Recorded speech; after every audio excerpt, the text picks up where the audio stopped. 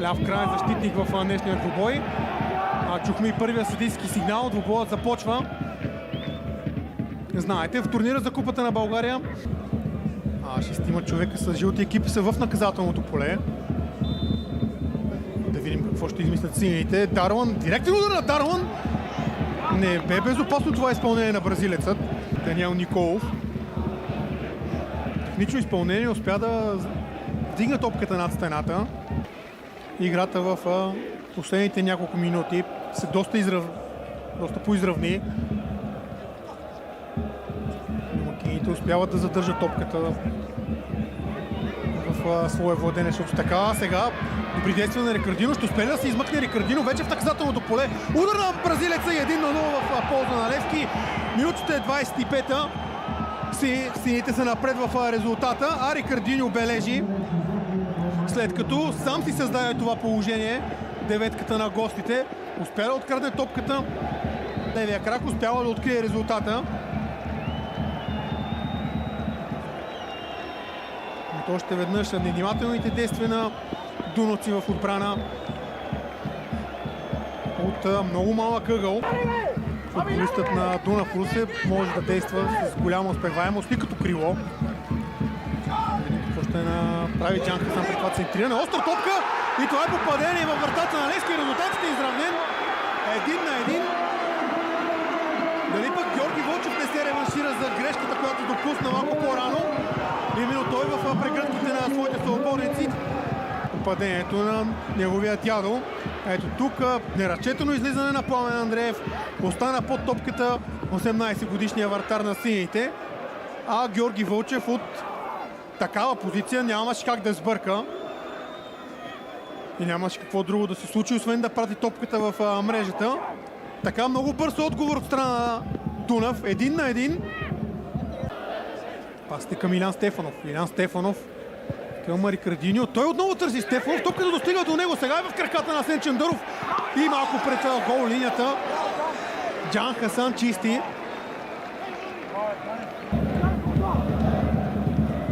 Той пък търси Рикардиньо. Сега топката е в краката на Илян Стефанов. Фадига. Той има хубав далечен удар. Удар на Фадига.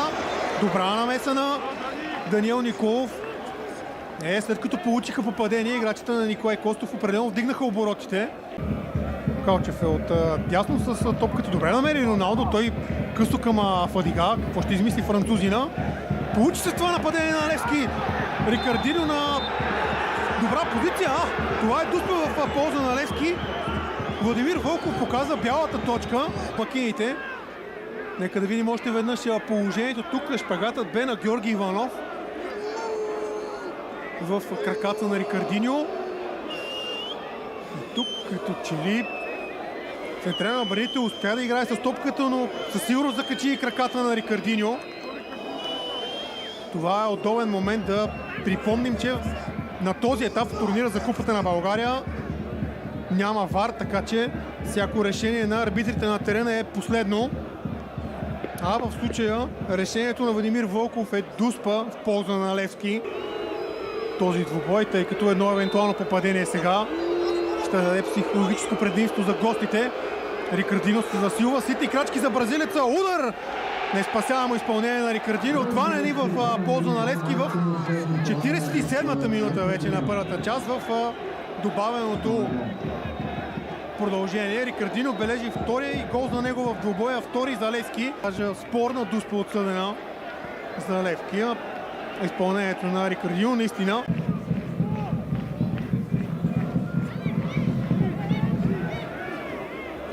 Илян Стефанов сега задържа топката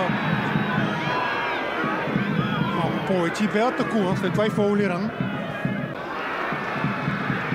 Това е интересно сега. Червен картон, директен червен картон е показан на Илян Стефанов за удар без топка. Видим сега ще измислят нещо по-интересно в предни позиции. Хубав пас на Чандаров към Рикардиньо. Удар на Рикардиньо, спасяване на вратаря на намесата. Но след това неговите съотборници не успяха да му помогнат. И след като Николов спаси подобен фаул, тогава не точно. Видим сега дали той или Галчев. Галчев се засилва, удар на Патрик Гавриел Галчев. доста по-добро изпълнение с сравнение това, което направи 37 годишният ветеран, който води нападението на Дунав с 4 попадения през този сезон в втора лига. Сега опасен пас в наказателното поле. Там добра намеса на Пламен Андреев. Ето как отбраната на гостите се пропука още едно положение и още една страхотна намеса на Андреев. Определено 18 годишния вратар на Левски се реабилитира за попадението, което допусна през първата част, защото тук ето го и него сигнал, който официализира класирането на Левски за 8 на финалите в турнира за Купата на България. Левскарите победиха с 3-1 Дунав Русе в един много интересен двубой.